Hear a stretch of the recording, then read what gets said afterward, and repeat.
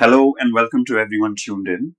On 1st of July 2026, came into force a law in China, the law on promoting ethnic unity and progress.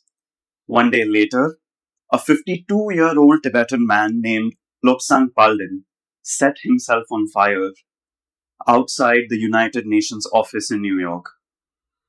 Tibetans knew him as Lobga Rangzen, Rangzen meaning full independence. His last words weren't a cry for sympathy, it was an order. Do not mourn me. Continue the struggle. Today, we have with us Tsering Chomphel, and he's the president of Tibetan Youth Congress. Uh, and before I introduce you, I would first like you to formally introduce yourself. Okay. Thank you. Myself, Tsering Chomphel, and I'm the current president of Tibetan Youth Congress. Tsering has been, you know, has been very active as the Tibetan Youth Congress is one of the largest Tibetan grassroots organizations that is there, and he's the president of the same. This year alone, he's led the Black Hat March, met many Indian political leaders, and lobbied at the UN as well, and on Capitol Hill. Tsiringlal, Tashidelek, and thank you for making time here. Uh, so let's just jump right into it. And I want to understand from you, what is this new law that came into place and what does it actually mean for Tibetan identities? Yes, the recent from the beginning of this year in March 12, China legislation adopted these laws, and they'll amend on the 1st July. They have already started, but these laws, these laws meant to be the force of assimilations, and it's not the law of unity. It's the law of, we directly said that it's a law of genocide. They try to genocide all the cultures, the language, the traditions we have, and they try to mandate that all the language and the religious and the cultures of Tibetans should be followed under the Chinese characterizations, which is totally against the human rights, which is totally against the unities. So we never considered this law as the ethnic unity law. We just said that this is the genocide law. And China focused on only on the Han China. Not they are not talking about the other ethnic groups. But we Tibetan never be the ethnic group of China. We had our sovereign nation before 1959, and we consider us as a Tibet as a nation, not just in the minority used to say. But we are before 1959. We were a country. China occupied in 1959, and the recent law which passed that it's a direct threat to the Tibetan's identity itself. So we are very concerned, and we also talked with the international communities and different governments, parliamentarians that should raise their voice against this law. This is not about the law of ethnic unities. This is about the genocide laws of identities. See, um, as I understand, this law does not just impact people in China, people in Tibet, right? It impacts people even who are diaspora, right? Even outside of China. And I wanted to understand that aspect more. Yes, now the China, when we look in that laws, which have 7 chapters and 65 parts, Yeah. and inside this law, it's already against their own constitution of China. So it's a very strange thing that we should more focus on, and everyone should talk about, because they have said that in Chinese constitution they have said every ethnic groups are equal, but in these laws they have made it that the the main superior or the supreme is the Han China that should be followed, and all the religious and identity should be followed under Chinese characteristic. It's a forced assimilations. So it's already against their own constitution. So how we believe that it's a unity law? And outside of the diaspora community, like we Tibetans, we never accept these laws. We and China always try to do the transnational repression. Yeah. And they, if our Tibetans brothers and sisters inside Tibet, they raise the voice against the Chinese governments, and we outside the diaspora Tibetan people whose families were in Tibet, they try to raise their voice in outside war, and they will threat inside their own families. So, which is very big concern that Indian communities and the international community should look on. So, and one thing that I also feel that has been missing from the conversation is that China isn't necessarily operating outside the system, right? Uh, it has a seat at the UN table, right? It is one of its largest funders as well, and there.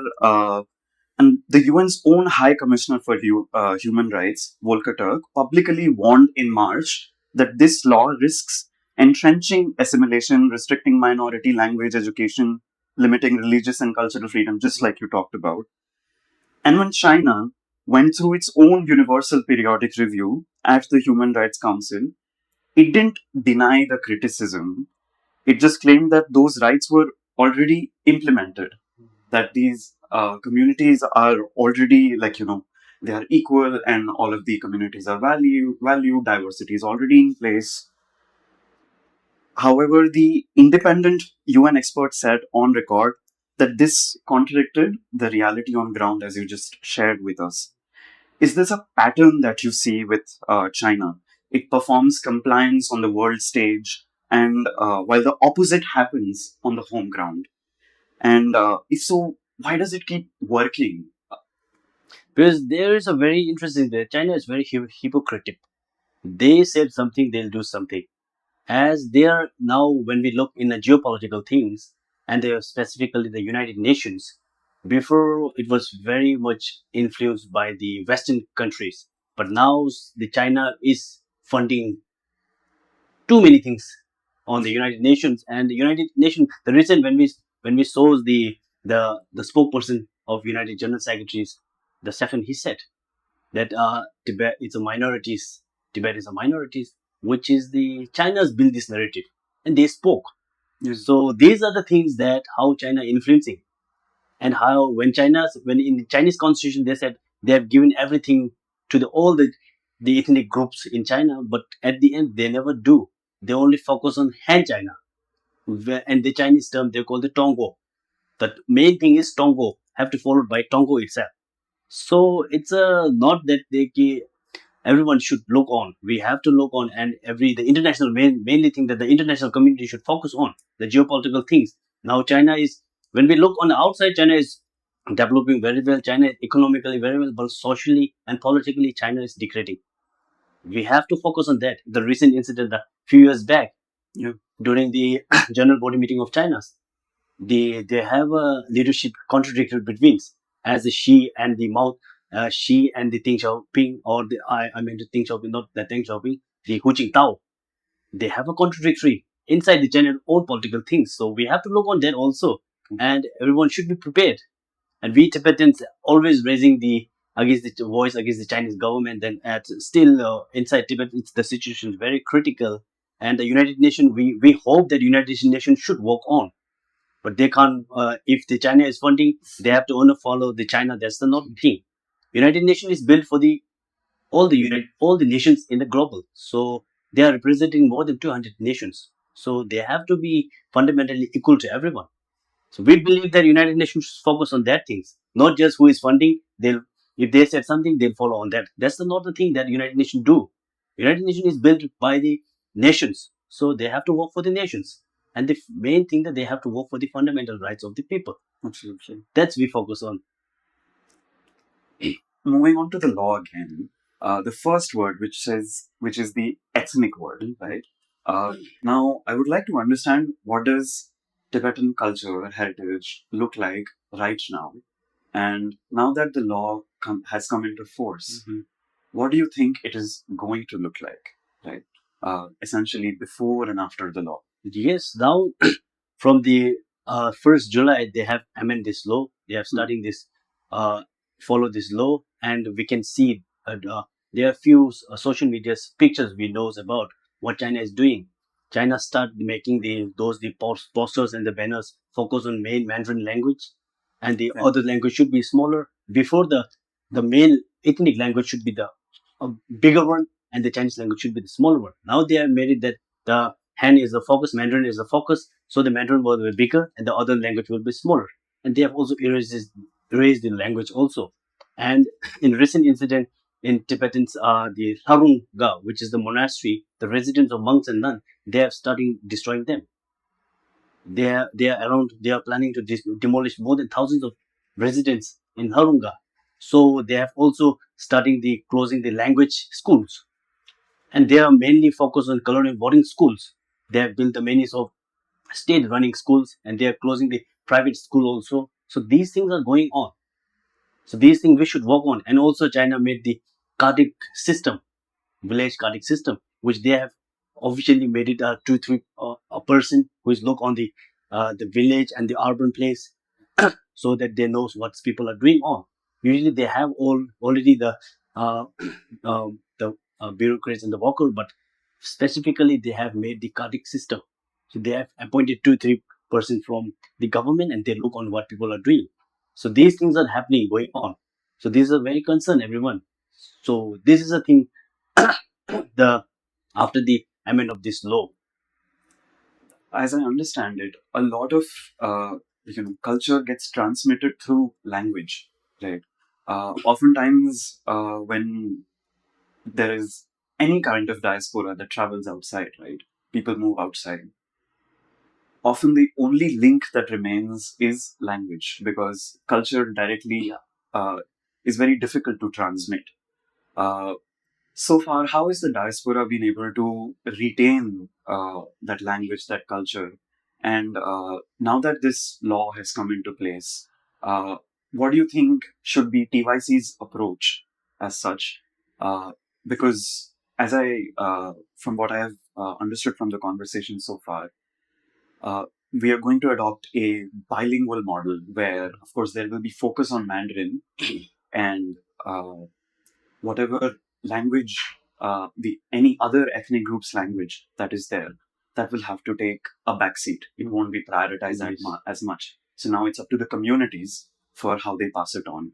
So with respect to this, and firstly, just we would want to know how does diaspora generally has been able to retain Tibetan culture, and now that this law has come into place, what does TYC plan to do to continue Tibetan heritage, culture, language?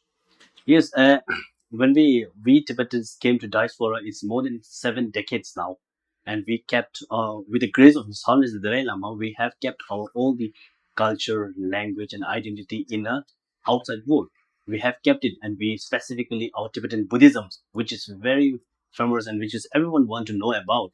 And we have a different institution in the exile community that who is focusing on Tibetan language itself, and we have our own cultures and tradition. We have more than 10 to 15 Tibetan schools in diaspora, so which is mainly focused on Tibetan language and our cultures, our history based on. And also in recent years, and when we look in a Tibetan Youth Congress, we have a main four aims and objective. The third one is to keep preserve our language, a unique cultures and language and identities, that we have our own aims. It was amendment in 1970 itself. So we kept focusing on Tibetan preserving our culture, our language, our identity, working on. And now we have to work more, as the China have passed this law. And first thing that laws make itself that people should concern more of our own identity and our own culture and the language, which that the law said that all the focus on Chinese characteristic, the Mandarin, and focus on China, everything under the China. So Yeah, it itself make the people should concern more. And we usually always, it's been more than 70 years Tibetans are living in different places in all over the world, and we kept our culture very well. We preserve our identity. That's why China always think that we have the 4 5 countries who were occupied by China, but China always afraid of Tibet, because Tibet keeps our identity alive till now. And at the end, one day the Tibet will be free and we'll get our own nation and we'll follow up the thing. sure. Um, Here, I would also just want to understand now that we are also talking about other identities, right? Is there any solidarity so far that has been expressed by, I suppose, other ethnic groups in all the cases occupied by China? Like, for example, there are also communities of Uyghur Muslims that we keep Yes. hearing about. So, I just want to understand the solidarity across different ethnic groups, and is that something that has of course, Tibet has been one of the strongest resistors of China's supremacy. Yes. But is there a solidarity already in place amongst other ethnic groups, and how is that going about? Yeah, we never use that ethnic. We said it's a nation. Like the if you mentioned the Uyghur, it's a nation. It's a East Turkestan, Yeah. which is China occupied, and there is a Hong Kong also, and Yeah. we Tibetans, Tibets, and Southern Mongolia, Taiwan itself. Taiwan actually is a country, but China represents oppress always. Whenever they get Yes. opportunity, they start saying something for the Taiwan also. And we have a very good relation, and we always work together as a victim who lost our countries occupied by China. So we had a very good relation. We do many cross movements. We do many campaigns together. We have always solidarity each other's. At the end, we have our own nations. Everyone had nations, but right now China occupied all our nations. So we kept doing on. And recent, I I visited Taiwan. I met the Uyghur uh, delegations, dignitaries, and we discussed on how we can work more on to the to get the fundamental rights of our own peoples and get our nation back. So we have a very good relation with the others, the nations who were occupied by China. Thanks a lot. And coming to India then, Yes. how has the relationship with India been so far? And for us Indians, and for all of the mainland Indians that are there, uh, Tibetan culture and has already assimilated so much into our own fabric itself already. So for us, there is perhaps no difference. We're all brothers here. Yes. Right. But I do want to understand uh, the opinion of perhaps Tibetan himself, right? And how the diaspora, the youth currently thinks about India, and how has the support been, and what is the support that you're currently seeking from India? Yes, the Indian government, I personally born and brought up in India. I never seen my country, but I'm working for my country. But Indian government, I personally respect how the highest gratitude and the respect I usually give. Indian, specifically Indian government and the Indian people who have support us till now. We are surviving because one thing that India has support. The 1959, His Holiness asked for the asylum Indian government gift. We have sent three-fourth asylum letter to the different countries, but Indian government accepted the Nehruji's under his leadership accept the and Indian government consider us as the longest guest of India. We are guest, and I personally never feel that I'm out of India. I'm I'm a Tibetan, but I usually say that I'm a Tibetan Indian. Yeah. I'm a Tibetan, but I born and brought up in India, and Indian have whatever I have right now. It's all because of His Holiness the Dalai Lama and my parents and my community and the Indian community.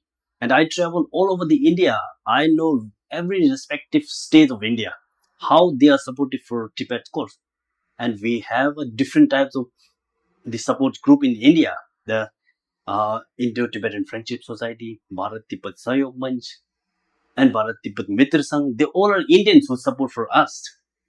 That's why we never feel that we are outsiders of Indians. We are the loved person and the peoples who Indian government and Indian people support us. Even though how many pressures China gave it to India, but India never said anything to Tibet, and they always stand with Tibet. That's the we always proud that whenever we play the national anthem of India, we stand up and we stood sung like as Indian people do. That's because all we have a patriotic feeling for India also. That's the thing we, the Tibetans and the Indian, have a born and brought up relation. See. Uh, is there any particular kind of support and that you've been seeking from India? I believe you have been meeting a lot of Indian political officials and just trying to gather more support. Is there a specific request that you have, perhaps? Yes, now we have a one thing that the from the Indian Parliament should raise concern on the first that the regarding the reincarnation of His Holiness the Dalai Lama. Okay. His Holiness himself passed the statement on that his reincarnation will be reincarnated by his own office, Dalai Lama Trust, and the Tibetan people. So Indian government should focus on that and support for this his always statement. And also the second thing that in now the recent from the Indian the parliamentarian, and they have speak on the border between the Tibet and the India. They have start saying on. So likewise, that Indian government and the parliamentarian should also accept that Tibet was an historically independent nation. That should be amended in a resolution of Indian parliamentarian. That would be the very place for us, and it will be the very huge and the politically support which we can get from Indian parliamentarian. So this is the two things that we request to the parliamentarians and the dignitaries of Indian government. Moving from India to the US. So one day after the law was passed, that is on 2nd July, a Tibetan man named Lobsang Palden, known as Lobga Rangzen, self-immolated in front of the United Nations in New York. He was 52. He drove for Uber. He died that evening at Bellevue Hospital. It was the first known Tibetan self-immolation on American soil and the first documented that is anywhere outside India, Nepal, or Tibet itself.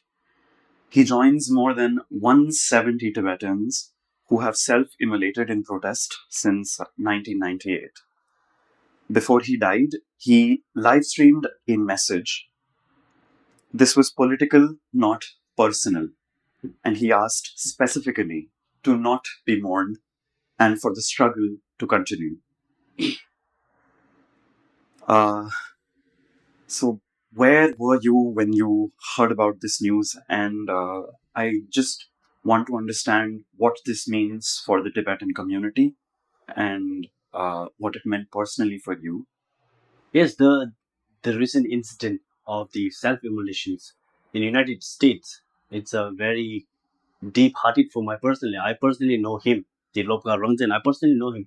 I went to United States, and he came to receive me in airports also. And he just said that he's driving a Tesla. He's a very well settled person. He don't need anything, but he himself sacrificed just for the cause of Tibet. And it's around 170 Tibetans self-immolate. And China always narrate that those Tibetans who self-immolate, they were psycho, they were problem with the domestic problem, and different narratives they have built. But our brothers, I usually call him a Apo. It's in Tibetan language, the bigger one, the elder one. And I used to call him a Apo. And his sacrifice and his statement, he said that I am doing this because Tibet should be independent. That's the main thing that he raised. Till now, China have repressed and oppressed Tibet, killed many Tibetan people. At the end, all this because we lost our country, and we have to gain our country back. So this is his political statement, and his statement that his sacrifice made that the till now we have around 170 Tibetan self-immolator, and he made that he testimony that all the Tibetans who sacrificed through the self-immolation makes it's a political campaign, it's a political action against the Chinese government, not because of the personal problem. So he claimed this way. So there is no statement from Chinese government. They have nothing left to say. Not even At acknowledged. at the end, they just said that it just happened in United States, and United States should look on. So they have nothing left to speak on. He clearly said that I am doing this act because of Chinese occupation of Tibet, and all the international community should support for Tibet and raise the Tibet is an independent nation and Tibet should be free. So this is the thing that now the self-immolation, why Tibetan do self-immolations, is a political act to know that world should support us. And we Tibetans believe in a very non-violence act, so we can't kill others. But when we look in a history, we Tibetans were barbarians. When we look, it's before 1,000 years. You can look how Tibetans fought. Tibet had an empire, Yarlung Empire, who occupied other country also, who were fought. But now we Tibetan believe in a non-violence act, so there is ultimate is to sacrifice ourselves. So our brother did, and that make the all the international community and geopoliticals, everyone should look on Tibet issue and stick on Tibet issue. So I personally very feel sad, but I can't be sad because I'm very proud. That was his message. Yes, Wow. our brother sacrificed himself for the cause of Tibet, and we have to work on continuously. At the end, Tibet will be free for sure. As when we look in history, British said, sun will never set. British sun will never set. But at the end, in 1947, they set. Now there is no one. Now India is more superior than British. And also, see, the USSR, they said they are superpower in something, 1991. They were decentralized. So it will be happening for sure. At the end, now China said they are superior or something. But at the end, one day they have to give every country their own freedom. And every individual had a rights and they should be given too. Yes, indeed, is the smell of revolution, and self-immolation is like a very urgent and it's the last appeal that one makes in protest. And yet there is a debate inside the Tibetan movement itself that I believe most people outside don't know it exists, right? Since 1979, the official position of the Central Tibetan Administration and the Dalai Lama has been a middle way, right? Not independence, but genuine autonomy inside China. Formal dialogue with Beijing on that basis has been frozen since 2010. 15 years with nothing. TYC, however, comes from a different standpoint and talks about Rangzin, full independence. And I want to understand that ideology a bit more. And as for the present youth of Tibet, the present diaspora of Tibet, where do they see themselves in between these two movements? Yes, there is a very interesting that in our in Tibetan diaspora community, and as you have said, it's in 1979, but it's not. It's starting from the middle way envisioned by His Holiness the Dalai Lama in 1974. Okay. And after that, in 1988, in European Parliament, His Holiness introduced this middle way path to the international community. And in 1997, the Tibetans exile in government, parliament passed this resolution to adopt these policies. So we in Tibet, with the grace of His Holiness, we have given a democratic structures form of government in exile. So the beauty of democracy is a diversity, and we have different ideologies in Tibetan communities. And Tibetan Youth Congress was established in 1970, and Tibetan Youth Congress followed the complete independent ideology since from 1970. Actually, it's not the ideology, it's the truth and the historically truth that Tibet was an independent nation. Right now, it's occupied, and we want our country back. We can't compromise anything because more than a millions of Tibetans have sacrificed themselves for the cause of Tibet, and we can't compromise those sacrifices to the Chinese government. And Tibetan Youth Congress always stand for the complete independence, and we're working on it. And we we respect and we honored our exile government policies. And at the end, it's a middle way policies, and policy can be changed for the any time regarding the situation. But we Tibetan Youth Congress stand for the Rangsen and the independent, which is Tibetan's aspirations. All the Tibetan inside and outside aspirations is to Tibet should be free country. So we are kept focusing, we are keep working on Tibet's independence, and whenever we get opportunity, we lobbies on Tibetan. We share our history with any peoples and any communities, any delegations we share, and we were historically Tibet was an independent. We have a we have a periodically more than 60,000 years history we have. We will never be part of China. And when we look, and I usually not going too deep for the 60,000, but I just said that we can see between the 200 centuries. Just look, between the 18th century, China, they themselves consider these century as a humiliation centuries. During that time, British occupied China, the Qing dynasty, the Opium War, everyone knows that.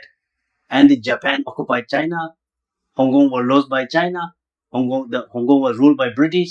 So during that time, during the China having an opium, we Tibetan had a chura and the mar, the Tibetan food.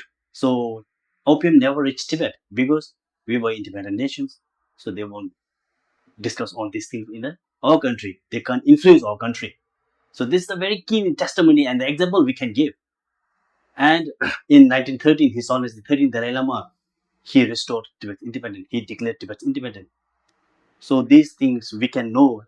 We can't go too back. People feel, and when we talk about the Yalung dynasty, it's talking about the 7th centuries before that.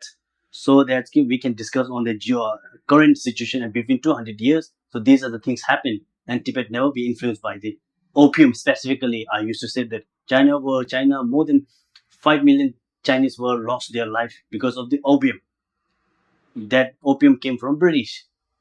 Why British? And when we going deep inside the history, we will know that China is a different country. We Tibets have our own country. We have our own sovereignty and everything. Do you believe there is any sort of tension in between these two ideologies, or that they are both equally coexisting of the middle way as well as Ramsey? No, there we don't have any contradictory and anything. Okay. We Tibetans believe that we are living in a democratic country, and we have a exile government which is follow the democratic structure. So we believe that in democracy should be have a different ideologies so that we can discuss more on, so that we can get a different ways to reach and at the end of our aspiration to get the Tibet's free, and that is the way to make the active people. So we have a different people, like we have a five finger, it's completely different, as if we have a different ideologies in people. So TYC is focusing on complete Tibetan or central Tibetan administration, and the government in exile is focused on middle way policies. That policies can be changed anytime. We can't show it's a policies. So that's the very thing, that the policies term itself, it can be changeable. Yeah. But the we Tibetan Youth Congress followed for the independence, which is the history and the truth. As in Hindi, we used to say Satyam Vijayate. The truth should be prevail. So we Tibetan Youth Congress believe in the truth will be prevail. So we keep focusing on that. At the end, we are focused to get complete independence. And our exile government and the central administration to engage in more the middle way approach. At the end, they should get. But when we look on the recent law, I think we don't get anything. They have said that everything and should be followed as per Chinese rule, as per the China Han China. They have mainly focused Mandarin, and in our policies they have said we gave us fundamental rights, and we to preserve our language, preserve our culture, to preserve our identity. Now China have passed the law that you can't do anything. You have to follow China. So that's a very critical things. But but it's a exact government level, and we have a democratic structure, so they'll discuss on parliament and what's going to happen, that they'll do and they'll decide. What are the current activities that are being undertaken by TYC? Yes, now we had after the passing of these laws and the recent our brothers the martyrs who sacrificed himself, Paulo Oranze, we have starting the global chain camp protest campaign, and we have started from Dharamshala. Right now it's going on CYC's chain hunger strike. It will do till the 20th of August. We Tibetan believe that the 49 days who passed away, we consider the 49 days. So the 20th August is a 49 days of him. So we are doing the chain hunger strike campaign is going on in Dharamshala and other states of India's or regional chapters who doing the political campaign, demonstration, candlelights, and many more. And also in international, we in America or chapters, specifically the New York and New Jersey's chapters, they are hardly working on to United Nations to speak on. We have this the global chain protest. We have a 5 objective. First, United Nations should speak for Tibet issues, and the second thing that the Chinese government should accountable for those who Tibetan self-immolate. China should take the responsibility and give rights and freedom to Tibet's people. And the third thing, that Tibet is a historically independent nation and China should free Tibet. And the fourth, the recent law China have passed. This law is not the unity law, it's a genocide law. It should be repealed. And the last point we have, still there are more than tens of thousands of Tibetan political prisoners, specifically the 11th Panchen Lama at the age of 6. He was abducted by Chinese government. Yes. Now, when we look on, the 6 years old kid was took by China. And right now, no one know where he is. And since from his abduction, we were raising and to the international community, to the Chinese government, that they should release our Panchen Lama, 11th Panchen Lama. And still, there are many Tibetan political prisoners who are kept under Chinese authority. So they should be released without any conditions and delayed. So these are the 5 main demands we have took, and we have started this campaign. And now it's all going on all over the world. TYCs have started this campaign and working on. How has the international support been? And do you think it has been satisfactory, or would you like more international support?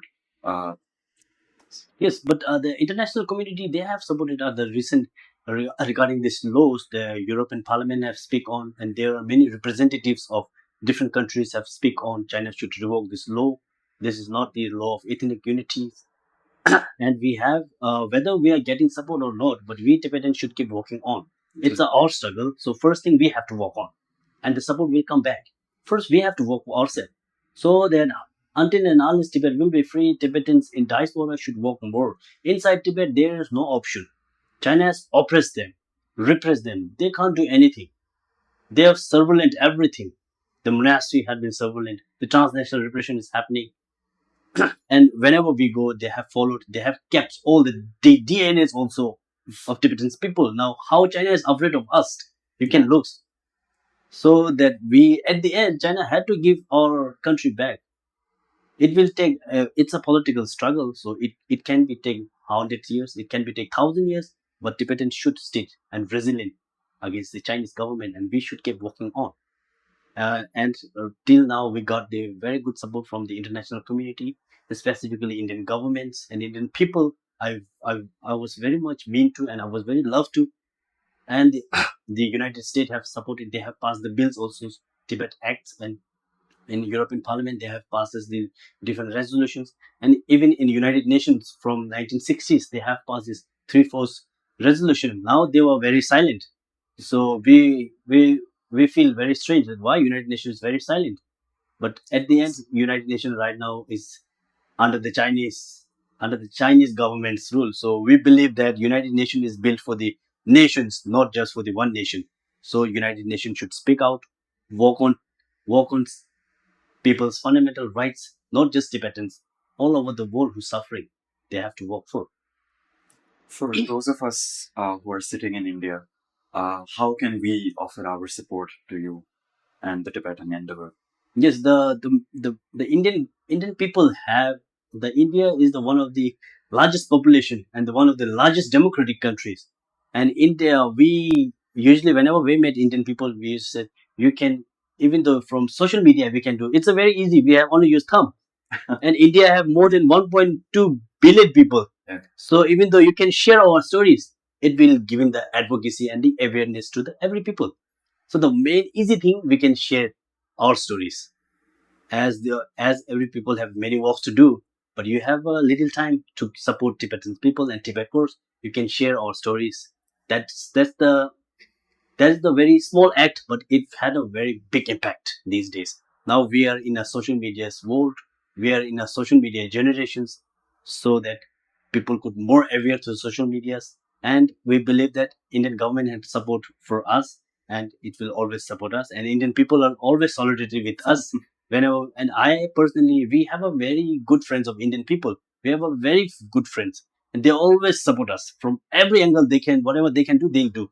And we, as I've mentioned before, we have a Tibet support group in India also, and they have supported us for till now, and they are supporting always. And that's from through this platform. I would like to say all those who support for Tibetan people and Tibet course, I would like to say very thank you, and very gratitude. You have solidarity with us. And it has been lovely talking with you. But before we close, is there one last message that you want to share with everyone?